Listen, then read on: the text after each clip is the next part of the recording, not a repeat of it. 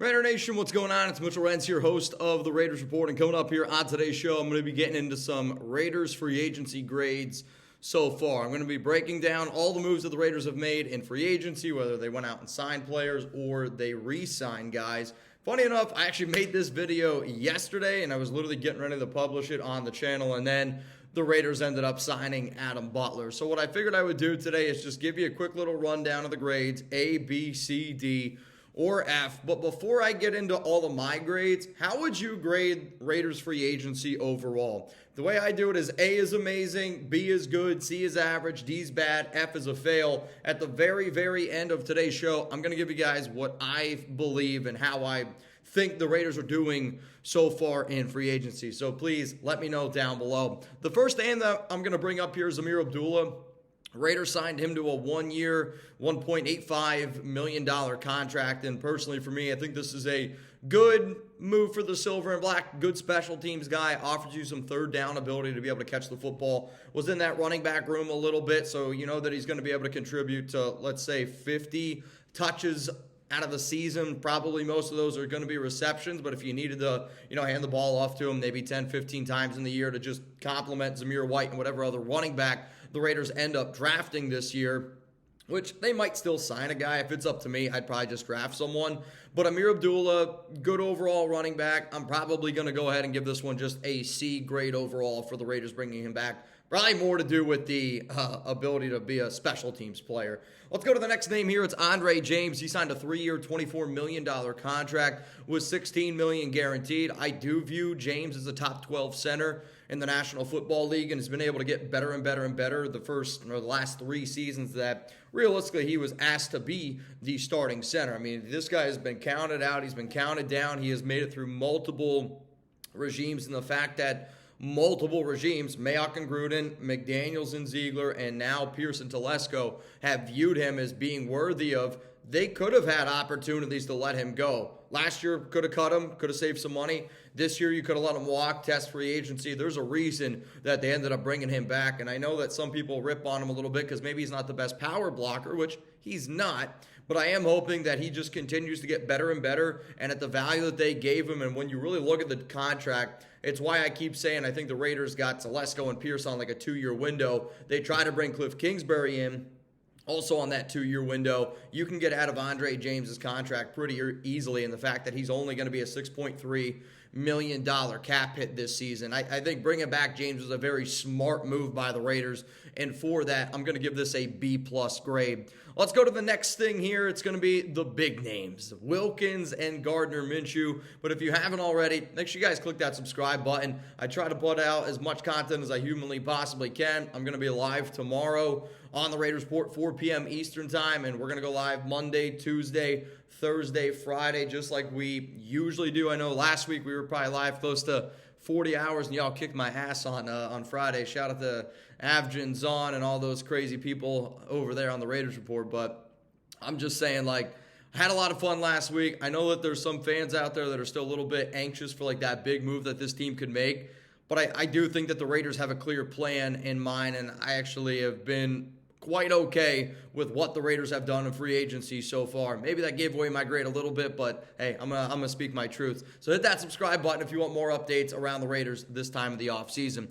Let's go to Wilkins here. It's a 4-year, $110 million contract, guaranteed of $84.75 million. You're looking at about $27 million per year. Third highest paid defensive tackle in the NFL, and I guess now he's technically the second highest paid defensive tackle in the NFL with Aaron Donald deciding to retire, which was pretty surprising, but this also means that you more than likely now have a top 5 DT in the National Football League. Do I think it was a little bit of an overpay? Yeah, I do. I do think it was a little bit of an overpay, but I don't really give a shit, right?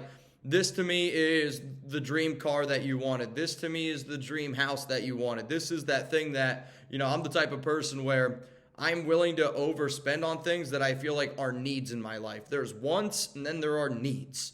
Finding a great defensive tackle like Christian Wilkins was a need.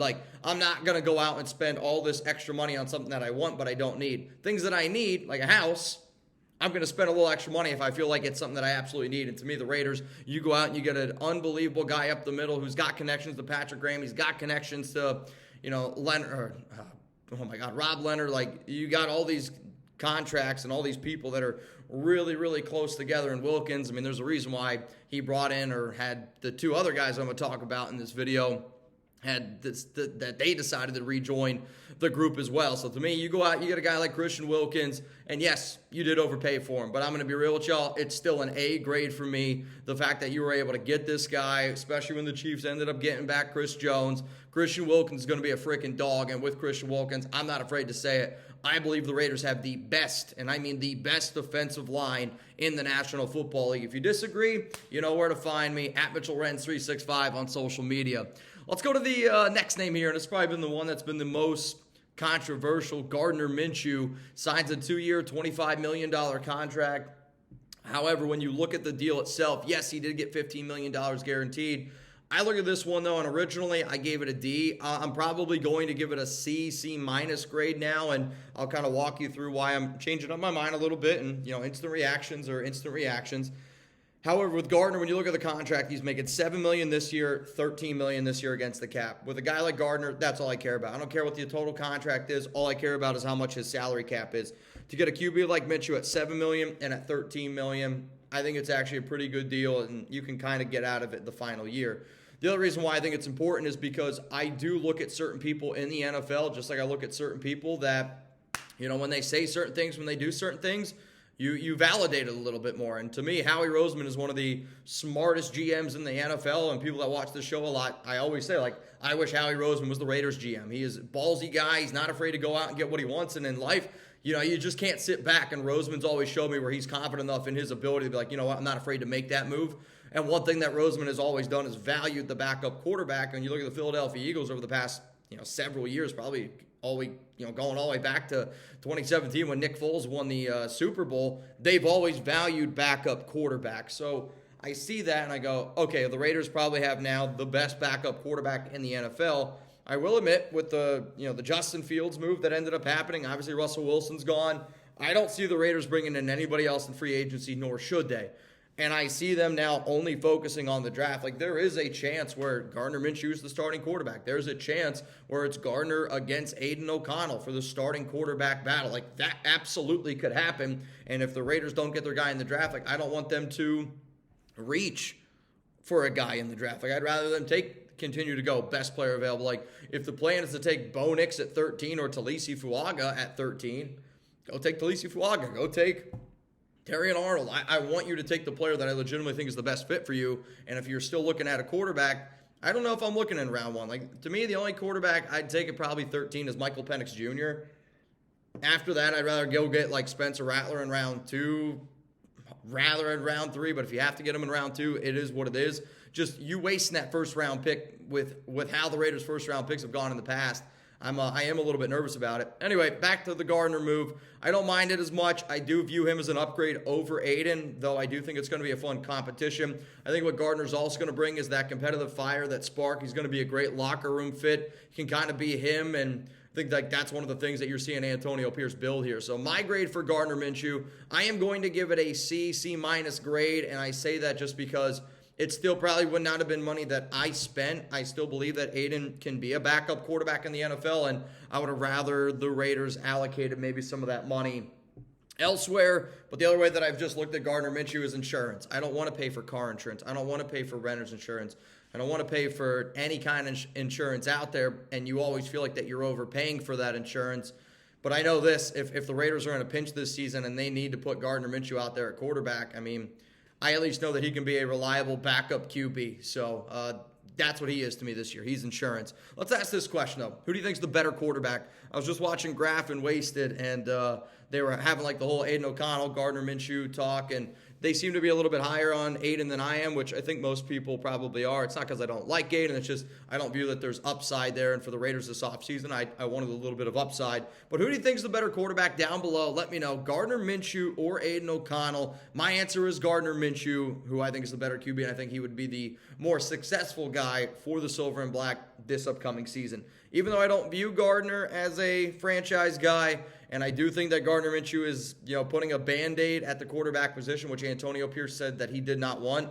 I also view the exact same thing with Aiden O'Connell. I think Aiden and Gardner are very similar, and I actually think that, Aiden's not going to have as good of a career as Gardner Minshew. That's just what I personally think. However, though, if I was wrong on that, I don't know if I'd be all that upset. Let's go to the next moves here, and we'll try to keep these a little bit quicker. Kana'i Mauga re-signed to a 1 year, I believe it was $985,000. This is just going to be an extra depth body, a linebacker, special team guy that you're going to be able to have May, June, July, August to go out there, do his thing. I do not foresee him making the 53-man roster, so for that reason, I'll give it a D grade. Harrison Bryant, 1 year, $3.25 million, can make up to $4 million.